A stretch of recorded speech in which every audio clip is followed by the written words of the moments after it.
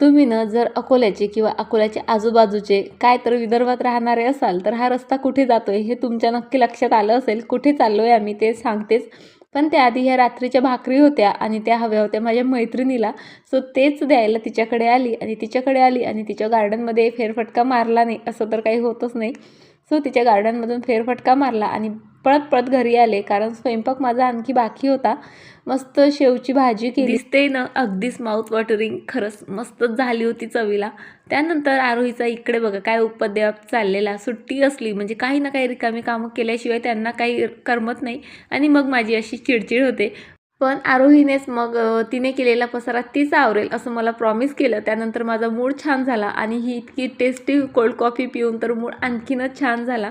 त्यानंतर काल तुलसीचं लग्न लावलं होतं. सो तो सर्व पसारा आता आवरायचा होता. तो आवरला आणि सायंकाळी जी आहे मस्त रेडी झालो आणि सुंदर असा सूर्यास्ताचा जो आहे व्ह्यू पाहत पाहत आम्ही येऊन पोचलो शेगावला. शेगावला तुम्ही सकाळी या, दुपारी या, सायंकाळी या, गर्दी ही तुम्हाला भेटते. आम्हाला येता येता 6 वाजले होते, म्हणून आम्हाला असं वाटलं गर्दी नसेल, तरी दर्शनाला अर्धा तास रांगेत उभं हे राहावंच लागलं. पण दर्शन मात्र छान झालं आणि शेगावला महिन्यातून एकदा भेट दिली नाही तर काहीतरी चुकल्यासारखं वाटतं. तुम्हाला हे असं वाटतं का? मला नक्की कमेंट करून सांगा. चला बाय.